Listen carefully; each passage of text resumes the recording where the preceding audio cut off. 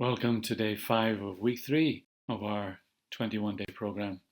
We've been focusing this week on the discovery stage of a mindfulness dialogue way of living. And our theme, coincidentally, today is mindfulness dialogue living. But let's begin the way we have been doing, in keeping with the mindfulness dialogue process of connecting, exploring, and discovering by connecting to this moment and to each other and to ourselves. So position yourself as before, relaxed but alert, hands on your lap, eyes closed or softened, and 3 deep breaths through your nose and out through your mouth. Then breathe normally, and where you feel tension in your body, breathe into that place and breathe out the tension. Now try to let go of all the thoughts that are running around in your mind by simply paying attention to your breath as you breathe in and out deliberately. And find a gentle rhythm. In your mind, softly say the theme of today, mindfulness dialogue living. Use this as a mantra, perhaps throughout the day.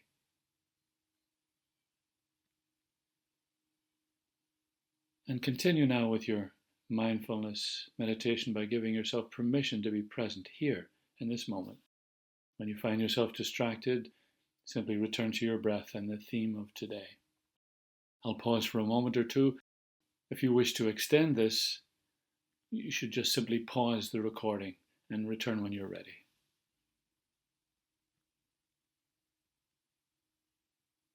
And so now gently return to this moment. When you're ready, open your eyes, feel the connection, presence, the awareness that you've generated in this way. What this mindfulness dialogue approach ultimately points to, I believe, is transformation of our personal lives, but also of the world we share.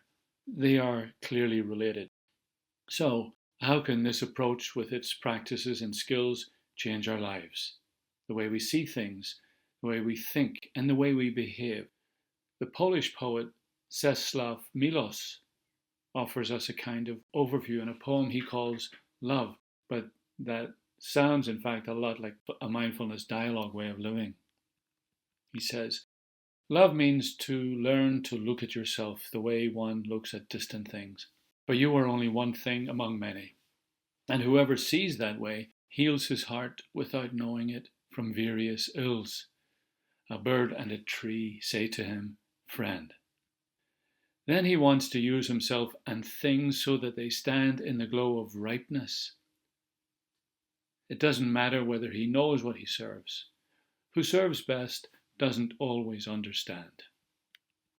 Interestingly, understanding takes a back seat here to living, implying that living our way into new thinking is a more effective way to change than trying to think our way into new living. So discovering how to live differently should be our emphasis.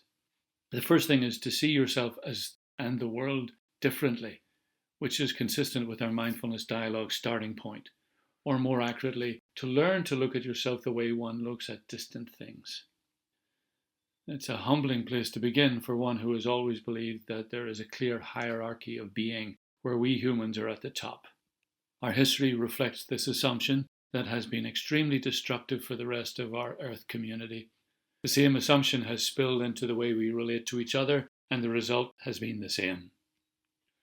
But to see that I am only one thing among many changes everything. And the first thing it changes is myself.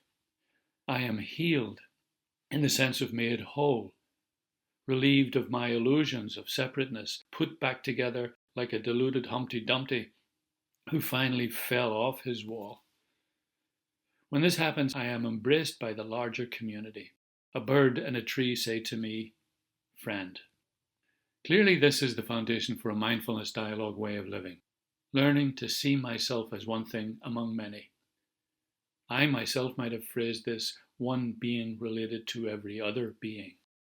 Either way, the emphasis here is experience rather than knowledge, learning to look at yourself.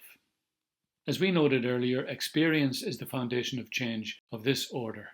We spoke of life breaking in and breaking open our illusory sense of separation and superiority. And we compared this to the experience of falling in love, which we know is a fundamental transformation of everything for us. But it is not a transformation that is brought on by thinking or knowledge. We fall in love. In fact, we fall into love, into the universe that both relativizes my significance and at the same time enhances it. So I am not the center of the universe, but I am the universe in my own unique way. Step 1 of mindfulness dialogue living, then, is cultivating this experience so that it pervades everything. One place to begin might be to ask myself, what makes me come alive? When am I at my best? When am I truly myself? And how do I cultivate this? In week 1, we looked at how I can connect with this self by practicing being present, recalling moments when I felt I was being my true self, and other related practices, all culminating in self-compassion. We realized that self-compassion is more than simply doing nice things for myself, like getting a massage or taking the day off work, even though these can be a part of such compassion. It is actually much more than this. For in a world of interbeing, a world that is a communion of subjects, my true self expands to include family, friends, community, ancestors, the animals, the trees, the earth, and the stars, all of which say to me, friend.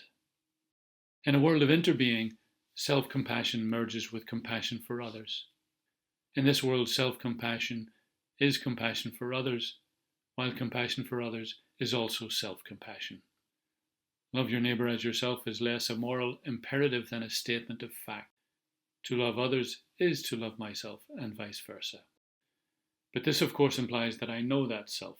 So mindfulness dialogue is about accessing, experiencing, and understanding the self that we all and everything in the universe shares. The mindfulness dialogue method then focuses on learning to live this self in order to change my understanding and thinking, rather than learning to think differently in order to live accordingly, which is the way we normally go about the process of growth and change. This expanded awareness leads naturally to the next step of mindfulness dialogue living, engaging with others in a different way. As the poem says, then he wants to use himself and things so that they stand in the glow of ripeness. I believe we can all recognize our best self in this response to a new awareness, for when we fall in love with another person, with a child, with a beautiful place, everything changes.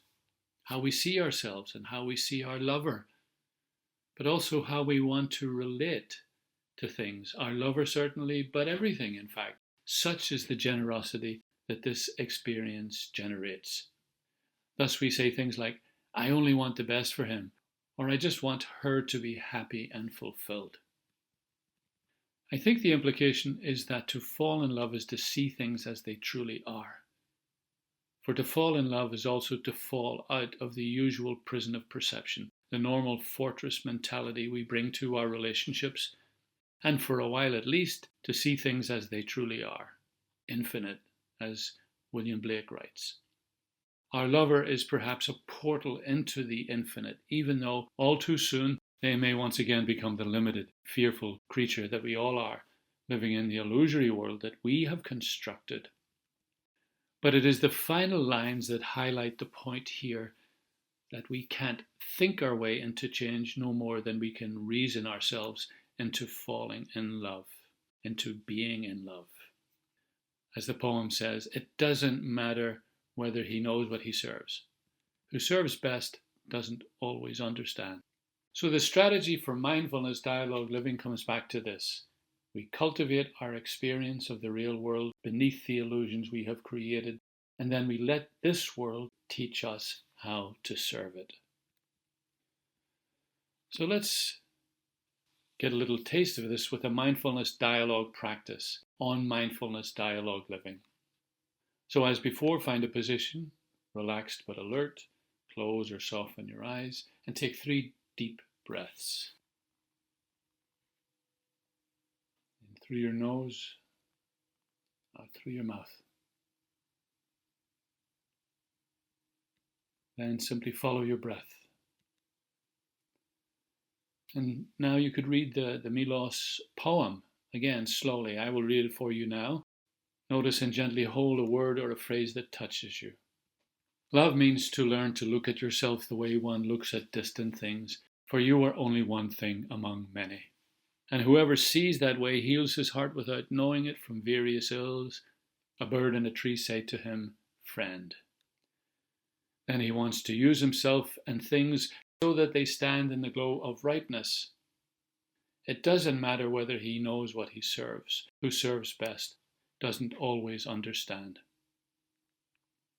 And now hold the feelings and thoughts that have surfaced without trying to simply understand them or critique them, and instead listen for what this says to you about how you can cultivate the experience of looking at yourself the way one looks at distant things.